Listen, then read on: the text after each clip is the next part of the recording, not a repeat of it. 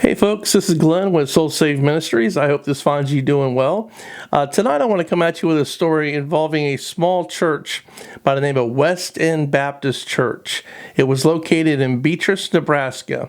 And back on March 1st, 1950, it was a Wednesday night, their weekly choir group got together for a meeting at 7:25 to go over rehearsals and whatnot and sing the songs. The meeting started at 7:25, and the choir director, she was known for being very stern, making sure you were there prompt, ready to go at 7:25. And for years, very seldom was anybody late making it to choir. But this particular night, March 1st, 1950, something different took place. 2 minutes after church choir was supposed to start at 7:27 p.m., the church exploded. It blew up, leveled to the ground. I'm going to tell you a story here, and I'll let you decide for yourself at the end of it what exactly took place, what not. But first off, let me show you a photo of the church before the explosion. Check this out.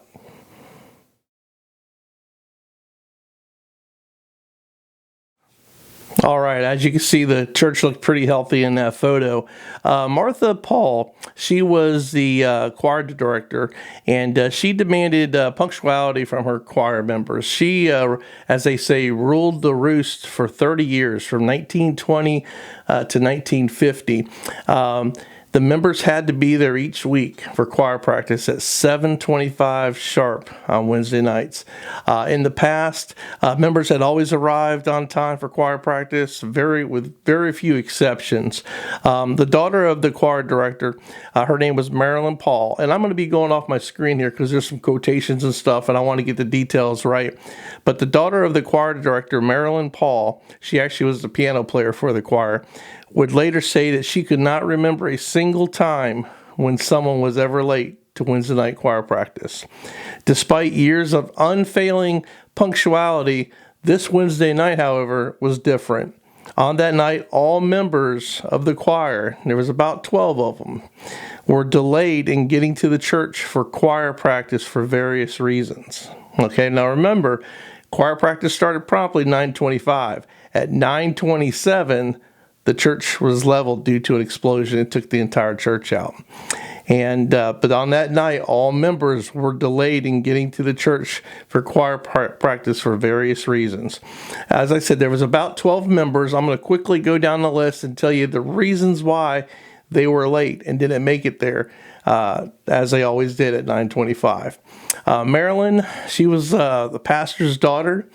She spilled food on her dress and had to have her mother iron her another dress, making her late for practice. There was a gentleman by the name of Herbert. He was trying to get a letter off to the denominational headquarters in the mail. He knew he had to get it there, and he knew he was going to be minutes late to choir practice, but he would drop it off at the post office on the way. And he said that night it just seemed important that he got that letter written and in the mail, but it made him late to choir practice. Then you have Lucille. She was busy listening to a radio program, and she was late with another lady who was in the choir by the name of Dorothy, whom she was supposed to pick up. So both those ladies, because of Lucille, were late to choir practice. Then you have Rayona. Some of these names, I'm trying my best to pronounce them, so bear with me. Rayona, along with her sister Sadie, were late because the car wouldn't start. So they were late to practice. Then you have a lady by the name of Joyce. She lived across the street from the church.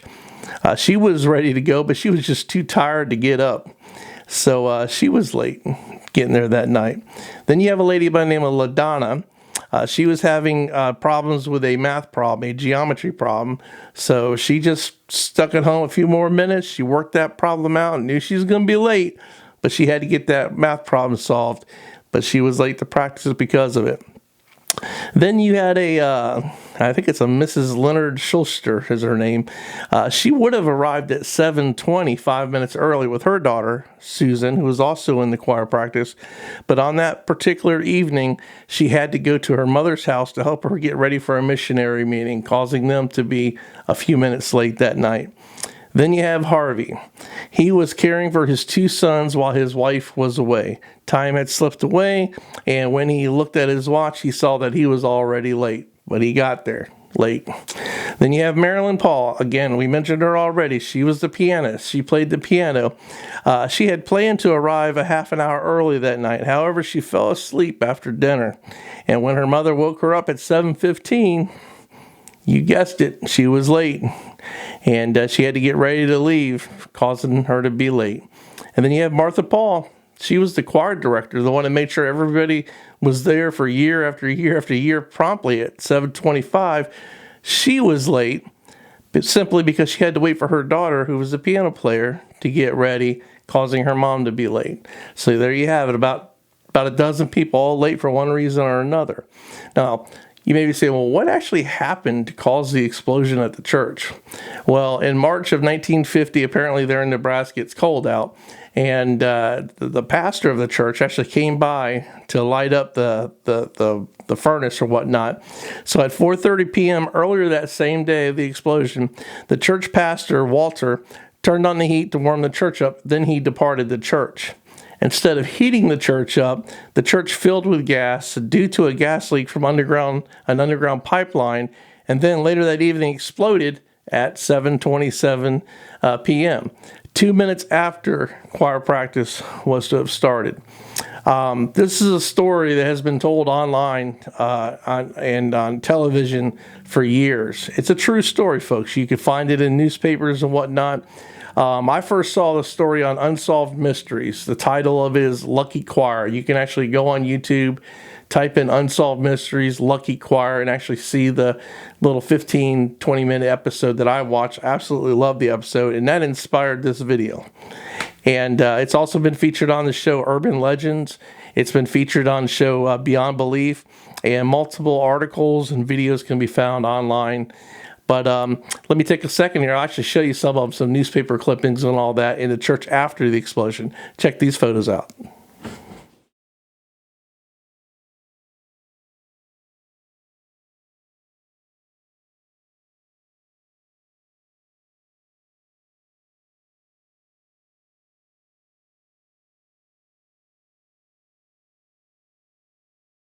All right.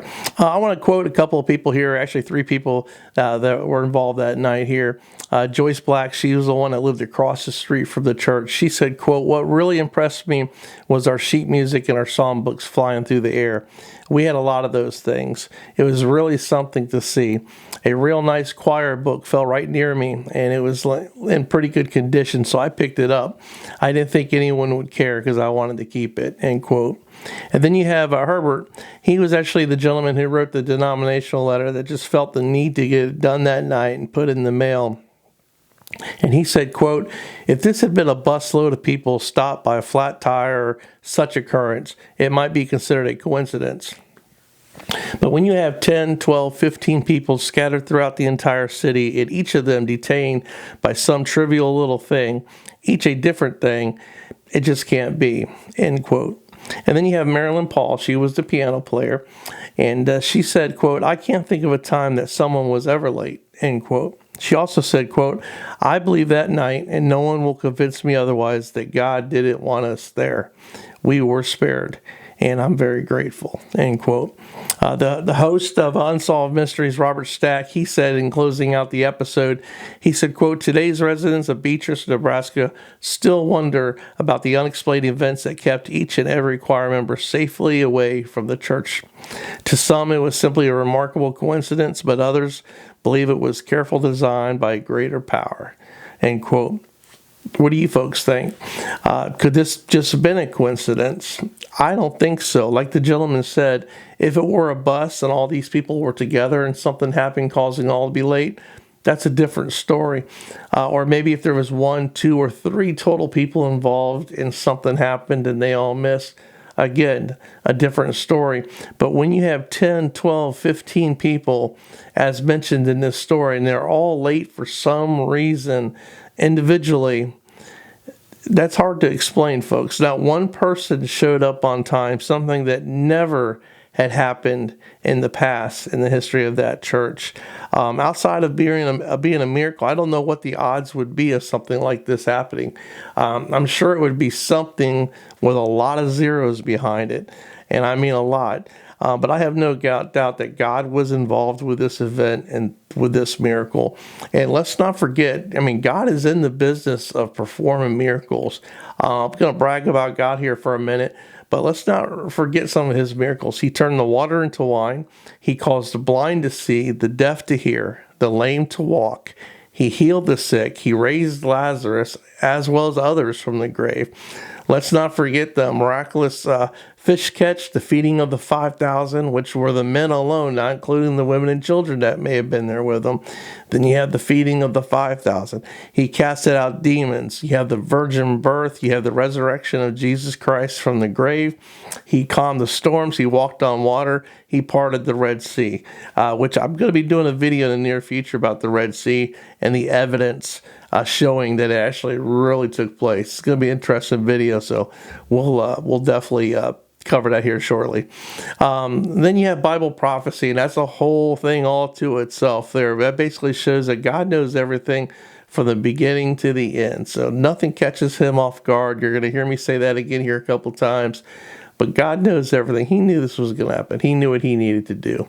And so what happened to this little church in Beatrice, Nebraska back in 1950, I have absolutely no doubt in my mind that God's hand was upon it. Sort of like a little message that God basically allowing something like this to happen, or this happening, is sort of God's way of just poking his head through the clouds, I think, and saying, yes, I am God. I am here. I am real. I just think it's real neat how he does stuff like that. There's no doubt in my mind that the angels were busy in Beatrice, Nebraska that evening. The Word of God says in Psalms 91:11, "For he will give his angels charge concerning you to guard you in all your ways." And Luke 4:10 says, "He will command his angels concerning you to guard you." So God has his angels looking over us and protecting us. And there's no doubt they were flying around. They were being busy that night there in Beatrice, Nebraska. And as I said, let's not forget, God knows everything. Nothing catches him off guard. In fact, 1 John 3:20 says flat out, God knows all things. Isaiah 46:9 and 10, "For I am God and there is no one like me, declaring the beginning from the end from the beginning." Again, he knows all things. That's just God. Folks, this was a fun story to bring and share with you. I hope you enjoyed listening to it. But there is a real truth behind this when it comes to God. God's in the business of performing miracles, even still today. Some of the miracles we discussed in this video were very awesome and amazing miracles. But God is still in the business of doing miracles, and he does personal miracles, one-on-one miracles with us directly, or maybe involving a family member or a friend or a loved one. In closing of this message, let me just tell you, God knows all. Nothing catches him by surprise. He knows all about you. The Bible says that our very number of our hair is counted on top of it. He knows that much about us. And for some of us, it's easier for him to count than others. Let's just be truthful about that. But God knows your past. He knows where you've been. He knows what you're going through. He knows your present. Again, he knows what's going on in your life right now and what you need. But you know what? God has a desired place he wants you to be in your future. And he wants to be there with you in it. And he just asks that you just trust him, put your faith in him so he can get you there, and as we always say in all of our videos, if you're not saved, if you've never accepted Christ as your Savior, let me encourage you. It's the best thing going. You really have to look into it. We have a video. It's titled God's Plan of Salvation. You can find it on our YouTube, or you can find it on our Facebook pages. It's titled God's Plan of Salvation. It's about 10 minutes long, but when you're dealing with the subject of your eternity, folks, I think it's worth it to take a look at it. Give it a chance. Let's see what it says, and I think it could really change your life now, and it'll definitely change your eternity. Again, Jesus' salvation is the best thing going, folks. I hope if you're not saved that you'll take a few minutes to check that out. Again, I just want to say thank you for checking us out on this video. It really is a blessing for each and every person that watches this video. You can find us on YouTube. You can find us on Facebook by just searching Soul Save Ministries. We ask that you click subscribe or you follow us if you're on Facebook. We really want to be able to get out there in front of people and get the message of Jesus Christ and win souls for Him. And so if you could share our videos, you don't have to have any permission or anything like that. Share it on your Facebook. Do whatever you want to do. I have a friend of mine asked me if she could burn off copies of it, and she shows it to people in her ministry she has. That's fine. The main purpose is we want to get the message of Jesus Christ out there, the gospel out there, and win souls for Christ. So if you could spread this word anyway, please, I ask that you do it.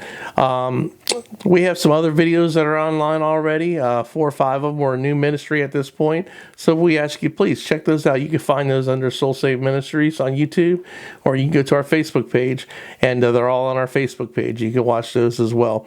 Our email address is soulsaveministries@outlook.com. Again, it's soulsaveministries@outlook.com. We'd love to hear from you. Feel free to reach out anytime. We'd love to hear from you. We appreciate you spending time with us. My friend, I hope God's blessings are upon you, and I hope you'll keep on sticking with us and checking out our future videos. And again, thanks for your support, your blessing. God bless you. We'll see you next time.